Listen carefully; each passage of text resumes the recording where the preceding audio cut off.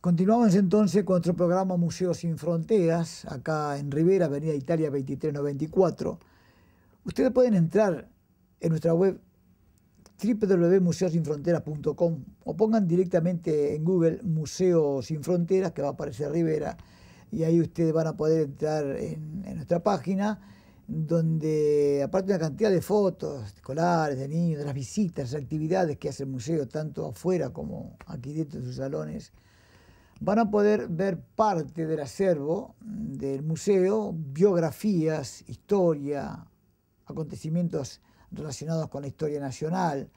Y ahora pusimos una nueva sección, Rivera el Libramento en el Recuerdo, donde hay una cantidad, un conjunto de fotos muy añejas que nos hablan de un Rivera totalmente desaparecido.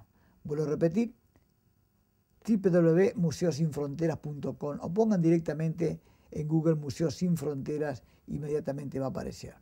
Las personas interesadas en comunicarse con nuestro programa, y por qué no en publicitar también nuestro programa para continuar en esta forma trabajando con el museo, lo pueden hacer en dos formas: a través de nuestro teléfono, el teléfono del museo, nuestro celular 098-838102. Repito, 098-838102.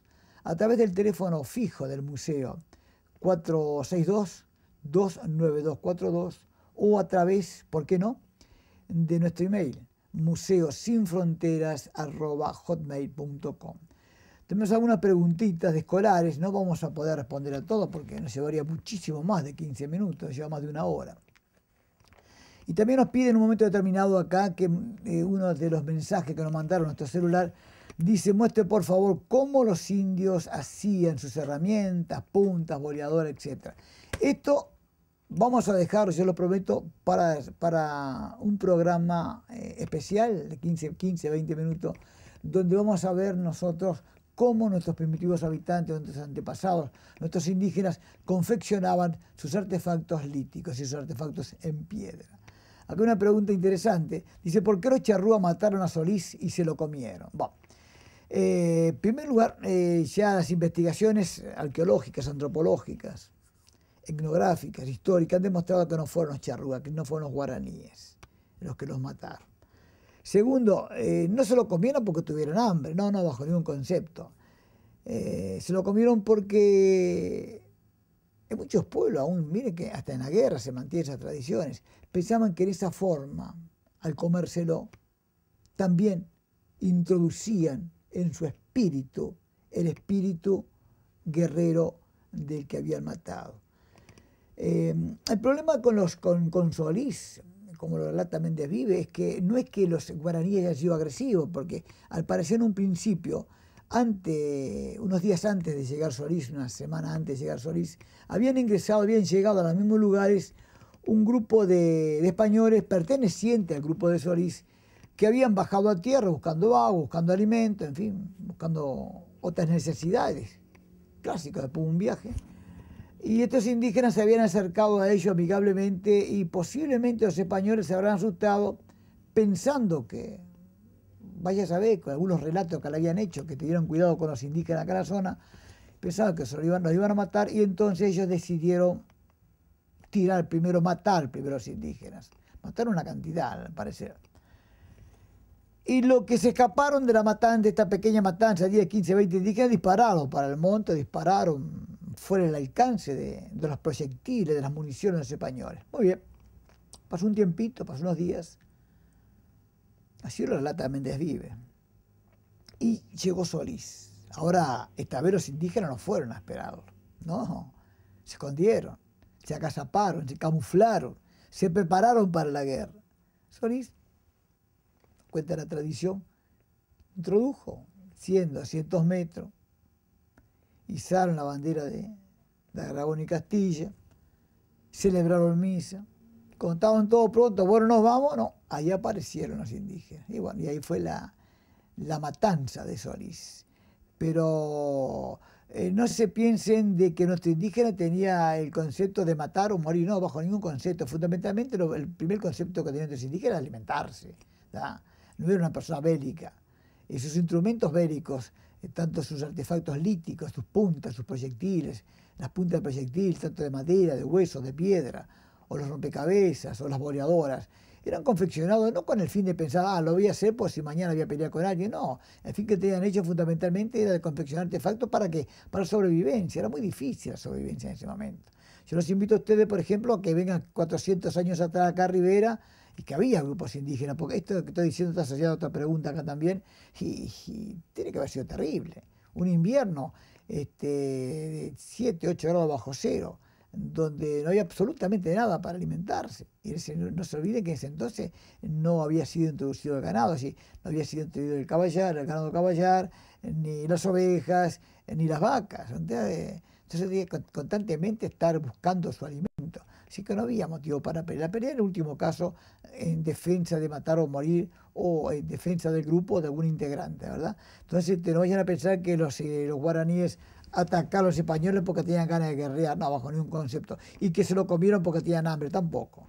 Fundamentalmente la tradición se ha mantenido en todo el mundo, este tipo de tradición, de adquirir a través de la comida del muerto el espíritu, y fundamentalmente cuando ese muerto fue en vida un gran soldado o muy valiente, elemento muy apreciado por cualquier persona, fundamentalmente por los primitivos, pensaron que al comerlo, ese espíritu valiente iba a radicar nuevamente en su persona.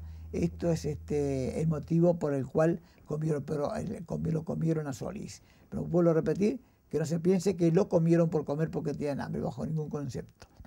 ¿En qué parte de Rivera? Bueno, esto ya estuvimos hablando. ¿Cuánto hace que llegaron a Uruguay? ¿Cómo era el clima de ese entonces? Sumamente frío. Y si había animales muy grandes que hoy no existen. Esta pregunta posiblemente es asociada a animales de fauna extinta, que desaparecieron. Sin lugar a dudas, fundamentalmente el perezoso gigante tiene que haber existido en esta zona, tiene que haber convivido con nuestros primitivos habitantes, ¿verdad?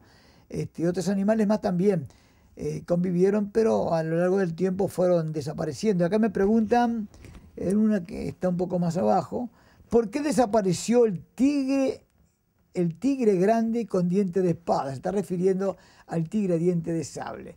Estos animales extintos que desaparecieron no fueron por motivo de que los indígenas los cazaron tanto tiempo que los mataron a todos. No. Acá hay causas económicas, perdón, causas de clima, causas de alimentación. El clima cambia. Nosotros en antropología, en arqueología, he estudiado enormidad de paleoclimas. Estamos en presencia de un cambio del clima. Está claro, influenciado también por la acción del hombre, pero mire que a lo largo de la historia, de la prehistoria, se han dado muchísimos cambios de clima, ¿verdad? Si nosotros vamos antes del óptimo climático, en 5.000 años atrás, acá en Uruguay, en Rivera mismo, hacía un promedio de un invierno de 4, 5 y 6 grados menos a lo que hacen ahora. Entonces, esos cambios bruscos de clima, esos cambios bruscos de fauna y de flora afectan enormemente la fauna y entran a extinguirse. Pero no vaya a pensarse de que la extinción se debe a la caza masiva de nuestros indígenas. ¿Qué hacían las mujeres de los indios? Bueno, otra pregunta más. ¿Qué significa cultura prepunta de proyectil y precerámico? Posiblemente esto, no recuerdo bien, hayamos estado hablando en el programa anterior sobre esto. Prepunta de proyectil, nosotros hablamos, acá me preguntan qué significa cultura. Nosotros no aplicamos el término cultura, nosotros aplicamos el término industria, y explicamos bien la diferencia entre industria y cultura. Industria, cuando solamente conocemos el legado, o en la actualidad contamos con ese legado lítico, con la ergología, es decir, con los artefactos que ellos fabricaron. Eso es industria.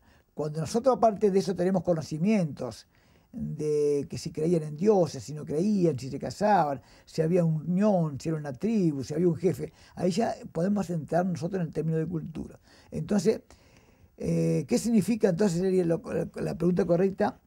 ¿Qué significa industria prepunta de proyectil? No estamos refiriendo a las industrias prepunta de proyectil, aquellas industrias líticas en las cuales nosotros no hemos logrado localizar puntas de proyectil lítico, que sin lugar a duda utilizarían puntas de madera o puntas de hueso.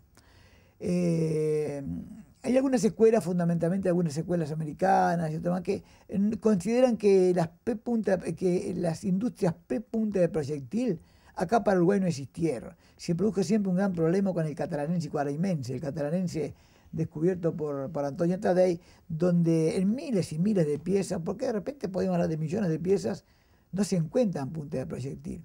Entonces Tadei presentó un trabajo importantísimo, pero alguien dijo que posiblemente alguien había pasado y había sacado de las puntas. Bueno, pero lo cierto que hasta la actualidad debemos considerar esa parte el catalanense, una de las industrias líticas más antiguas para el país, que no tenemos fechado de rodeo carbónico, que según algunos Bormia y otros más le dan una antigüedad de 3.000, 4.000 años antes del presente, y otros le dan un poco más. No hemos localizado punta de proyectil lítico. Cuando me estoy refiriendo a punta de proyectil lítico, me estoy refiriendo en términos caseros a la puntita de flecha o a la punta de lanza hecha en piedra. Y precerámico significa exactamente lo mismo. Industrias líticas que no conocen la cerámica. Así, son industrias líticas y hemos localizado artefactos líticos pertenecientes a un periodo en el cual estos indígenas no fabricaban cerámica.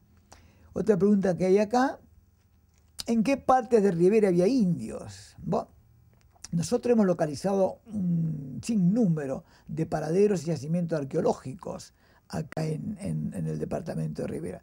No solamente nosotros, otros investigadores a lo largo de muchísimos años han localizado en diferentes lugares de Rivera distintos artefactos líticos con diferentes técnicas de fabricación, lo que nos está dando la pauta a nosotros de que durante muchísimo tiempo existieron indígenas en esta zona. Y fundamentalmente acá en la zona del museo, nosotros hemos localizado más de 15 yacimientos arqueológicos.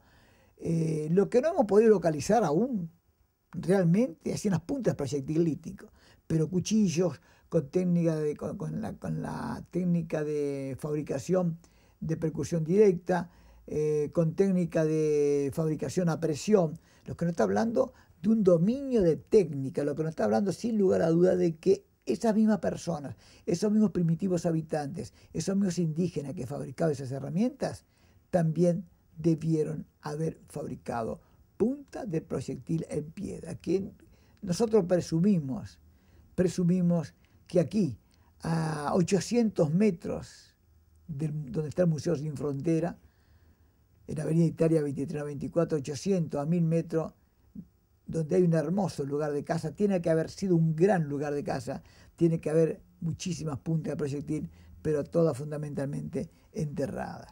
Entonces, y acá, bueno, muchas más preguntas, pero la verdad que no tenemos tiempo de responder todas estas preguntas.